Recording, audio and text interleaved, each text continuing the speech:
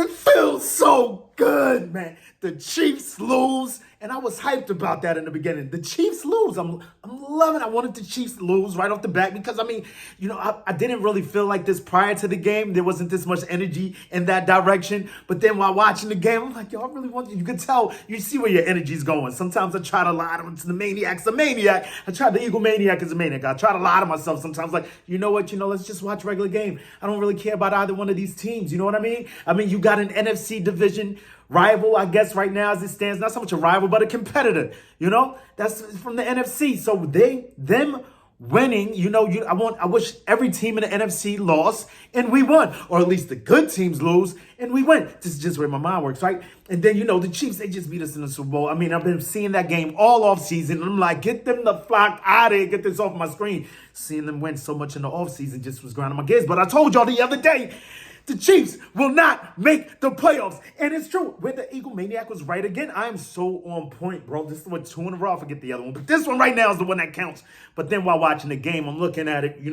I hopped on, Philly 500's stream, like he was supposed to, sitting here like, dude, I need some energy for this game. You know what I mean? Like nobody in the mini Maniac was knocked out. He had school this morning. Maniac Jr. don't flock with football. Neither does Mrs. Maniac. I know I've broken these people. It's because I'm crazy. But many Maniacs riding with me, at least as far as this Eagle verse thing goes, right? Whatever the case may be, right? I'm watching the game. I need to hop on somewhere. I see Philly 500 got a stream going. Let me hop in here, talk some da-da-da-da and all of that.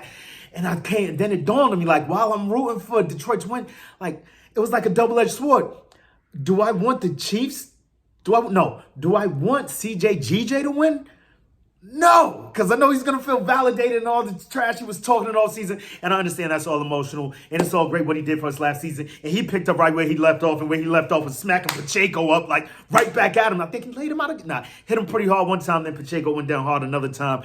But, it's like they got a back and forth going because, I mean, Pacheco did kind of truck him one time in the Super Bowl game. You hear this guy? In the Super Bowl. After CJGJ laid him out, they seem to have like a little back and forth going over there. It's so exciting. Football is back. If you can't tell, I'm super duper hyped, right? So you got that going on. So then I'm like, damn, but I definitely don't want the Chiefs to beat CJGJ, and I don't want CJGJ to beat the Chiefs. Like, let this game tie. You feel me? But nah, it was a great game. And, all that aside, man, we ain't here on a Fly Eagle Fly Friday. Yes, the first one of the season. We're right here. Do your BG. Let's give it up. Let's go. I am pumped. I am cloud 100,000 million right now. So we got this going, man. So let's get right into it. So what we normally do on a Fly Eagle Fly Friday, I can't even remember. It's more of like it's a pep rally, man. We're going to get this weekend thing going, like just all the pre-games, all the festivities and all of that. That's more so tomorrow with the pre-game, right? Right now we get into the pep rally. Fly, Eagles, fly. On this side, we do it with a PHly just for these times. You know what I mean? When I'm in other boards, I'm going to hit them up with the Fly, Eagles, fly because, I mean, that's what we're doing here in our little section of the Eagleverse. You know what I'm saying? This community that we have going and what we're trying to build up over here. Keep this flock chain going. I'm making these investments. You make those and we're going to rise to the top. Let's go. Anyway, all that to the side, man. It's just, oh, man, like, we got to... I'm trying to keep it quick. You know me, I'm fast and furious. Let's go do this. We still haven't seen the late and luxurious Howie Roseman pickup, so I don't know what's going on. What's going on with our special teams with Sipas? Like, really? I mean, everyone out here has brought me to their side, man. Everybody in the Eagleverse, man. Like, I try to ride with this dude, Aaron Sipas. Saw him. I remember some of the things he did in college for not Clemson, Auburn. This connection, Aussie connection. I guess you could say he has one with Mailata, but not really. But he has a great connection with Jake Elliott. And just, there are times, and I heard it today, and this is exactly what it is. There are times when you see him kick the ball out of the damn stratosphere like, oh, yeah, it's about time. Okay, we're going to get this going. But he's just not consistent. And that is one of the key components to our team. As far as our team leader says, Jalen Alexander, the great Hurt says, it's all about consistency. Everything comes down to consistency. You're going to make a play, make that play again, and make that play again, and make that play again. So that iron is sharp. You feel me? And I just don't know what's going on with Sipas.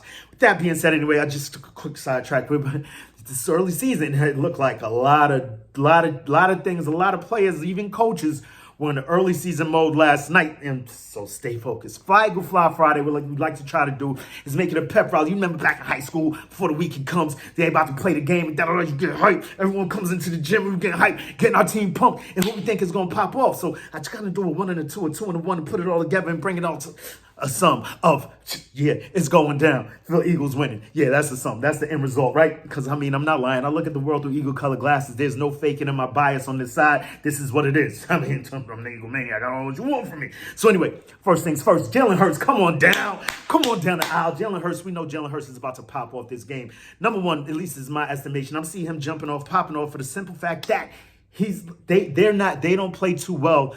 And we can only base it on what we've seen from last season. We don't really know much of what these teams are doing, what their schemes are, all kinds of things, so many moving parts and all that. So we can only base our opinion, or I can only base my opinion as it stands right now, off of what they did last season, right? And they were horrible against mobile quarterbacks. So I see, for that reason, for that sole express purpose, I see Jalen, Alexander the Great Hurts, going to flock off. And I know that's probably the obvious. You're probably out there looking like, what the fuck? No, okay, no.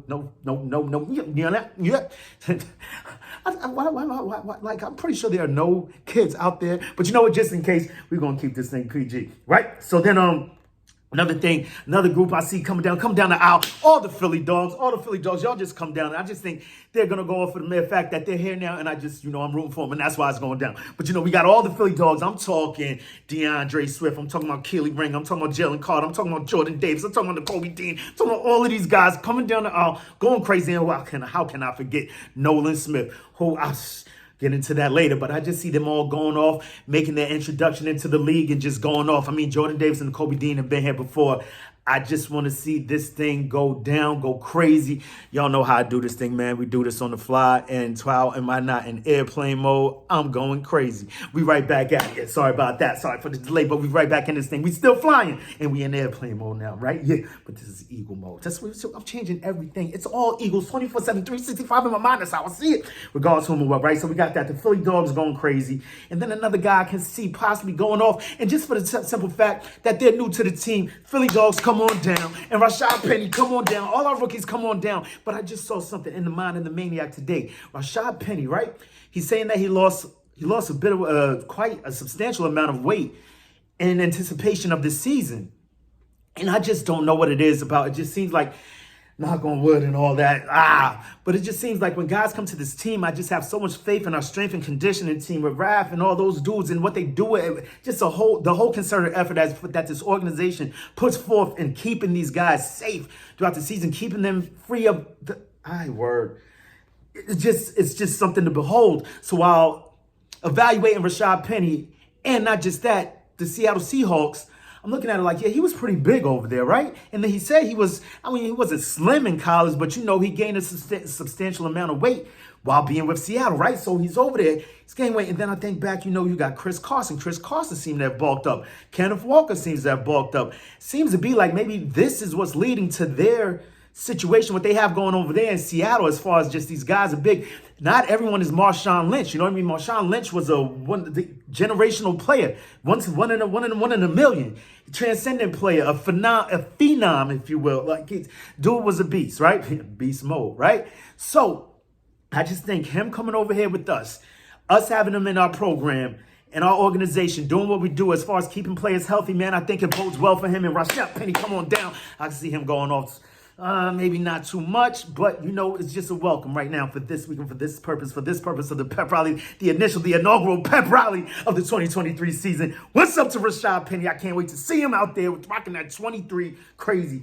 Kind of want that jersey. I gotta have them all. They're like Pokemon to me, man. I don't know what I'm doing, right? So we got that going. Who else do I see going? So that's all on the offensive side as far as what I see going off. I just see Jalen Hurts going off, man, and just tossing that thing around. All kinds of things that happen. Sidebar real quick. Like I said, what's up to DeAndre Swift and all that. Bro, do you know that? And I believe it was, I don't know if it's FanDuel or DraftKings, they have him at the under-over for his passing yards is at like 10 or 10.5 or 12 or something crazy. Like, you might want to hop on that, especially, yeah, it could get real crazy. Now, let's flip on over to the defensive side, who I see going on. You already told Kobe Dean come down the aisle, but I see him going off on Sunday for the mere fact that I believe he's a bit more agile, and I don't have to put somebody down to lift somebody up. TJ Edwards, he wasn't the most fleet of foot, although he did develop into a serviceable defender of running backs and tight ends coming out of the field. I mean, you could say pass serviceable, man. Really good. Really good. But this guy, Nakobe Dean, man, he's got speed over here. And they got some tight ends over there that I feel Nakobe Dean is going to come out here and shut them down, just go crazy. Welcome to the NFL, Nakobe Dean. Albeit he was here last year, I believe he's going to go off and show everybody why the Eagles were willing to trust him with that green dot. Mean green Nakobe Dean coming through, bringing on down. And that's why I see him going off on Sunday on the defensive side. Another defender that you're going to say, like, another reason similar to Jalen Hurts, you're going to be like, why? Why do you feel this guy's going to go off? I feel that Hassan Reddick is going to go, not so much why. Like, why do you even feel the need to say it? We all know why Nakobe Dean could possibly go off. I mean, not Nakobe Dean. Hassan Reddick can go off. Hassan Reddick is a weapon of mass destruction. Like I said last season, this dude just comes out here and creates all kinds of conflict, terror, mayhem, cacophony, all kinds of things in the backfield of any of opposing offense. So Hassan Reddick coming through, not to mention all the things that have been said in the offseason, all the things that the media, I feel, is putting him through, bringing up money and whatnot when we try to focus up, you feel me? But now I believe he brought it up too. And after seeing what Nick Bosa got, yeah, Jeff Steban Laurie better get ready to back up that Brinks truck. And we all know how he busting the stupid dope moves is going to make it happen and make things fit the right way. And my boy, Rosenberg, Jake, I forget his name all the time. The dude that's over there in the background crunching the numbers, Howie's right-hand man is going to make this all come together and work right. So there's no problem with that. But I just feel like he feels... He's got that chip on his shoulder. He's on some Michael Jordan-ish, if you will. Like, you know, like, I took that personal. Everything he's taking it personal and just making that chip on his shoulder more of a boulder, more of a mountain. And he's about to crack that thing and go crazy. Game one, I almost pulled my damn shoulder flocking around because I'm so pumped for this damn game and seeing our boys. I gotta temper this because, you know, things sometimes start slow and I'm going to be all built up into this big powder keg ready to blow the flock up. And... you know, the start of the game. No, we coming out the gate crazy. Forget all that. So anyway, can I even sit there? Because it's about to go down Sunday, 4:25. I can't wait. So I see Nakobe Dean, Hassan Reddick on the defensive side going off. Not to mention, Reddick will go off for the mere fact that at this point in time, the New England Patriots offensive line is decimated. Guys are down left and right. So he's just going to take advantage of that. And I can also see, didn't think about it, didn't write it down, but I didn't think about it at the time, but just thinking that. We can also possibly see Nolan Smith going off. I think Hassan Reddick, though, might have one of those games, man, one of those ones similar to what he had against the Giants a few years ago when he was playing for the Cardinals, 6 sacks. I think he had 4 sacks against us, like just one of those games when he go off. I don't believe he's had one of those games yet with us, albeit he has a few games where he's had 2 sacks, 3 sacks, 2 forced fumbles, fumble recovery, craziness, you know what I'm saying? TFLs all over the place. But man, I would really love to see if he pops out starts the season with 4, 5, 6, 7, 8, 9, breaking records, you feel me? And for that fact, we got Hassan Reddick coming on down. I see him as the next, not so much the next factor, but a big proponent to us winning this game on Sunday. We got that going. Not to mention Nolan Smith dealing with the same offensive line. We got BG busting through. It could get real crazy. Josh Sweat, like Mac Jones, I feel, you know what, the way I see it, Ramondre Stevenson may be having a very busy day. I'm so excited. I can't even get my words together, y'all, because we are only 2 days away. Big play, Slade days away from game 1, man, and I'm just pumped. 1+1. You already know Brown is going down, man. We only got to talk about that.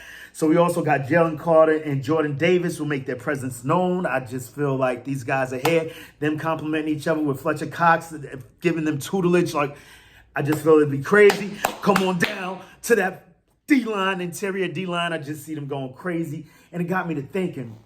So you remember back in the day, they had Spagnuolo, he had the NASCAR defense with the Wee Men, right?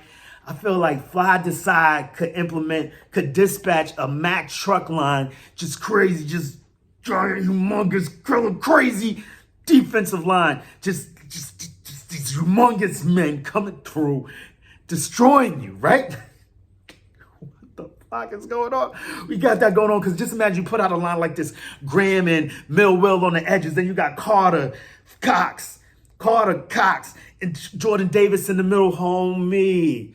This could be, no one's running against us, and that could make for a better run-stopping team. We lose a little bit in the pass rush. You know what we're trying to do when we put out that line, but do you really though? Because Brandon Graham and Millwell can still get after the quarterback from the edges, and you got Jalen Carter coming up the gut with Fletcher Cox. Are you kidding me? It's crazy. And no one's getting by Jordan Davis. You know he makes it easier for everybody in there. That mountain of them. So I just can't. Just something I was thinking. It may not happen, but it would be awesome. We put out a 5-man front like that. It would just be stupid, but they would be super susceptible to. Yeah, wheel routes and screens. So, yeah, you might want to scratch that. But you never know. Anything can happen. Brandon Graham was looking crazy during training camp. I don't know. He looked like he lost about 2 years, gained about 2 years, basically. Like, just turned the clock back 3-4 years, maybe 5 years. Yeah, I'm like, awesome. Look at the world through color glasses. So we got that going. Davis, and then the last thing we're gonna get into, man. So while you got Desai over there with the with the Mack truck defensive line, possibly getting crazy out here, and just seeing his defense, I can't wait to see him switching things up, being a bit less predictable, than Jonathan Gannon was. I mean, albeit it worked for us, it got us to the Super Bowl last year, but I mean, going against Andy Reid, we needed to switch some things up. I mean, I wish the Andy Reid that was coaching last night showed up to the damn Super Bowl, bro, and Tony too, like.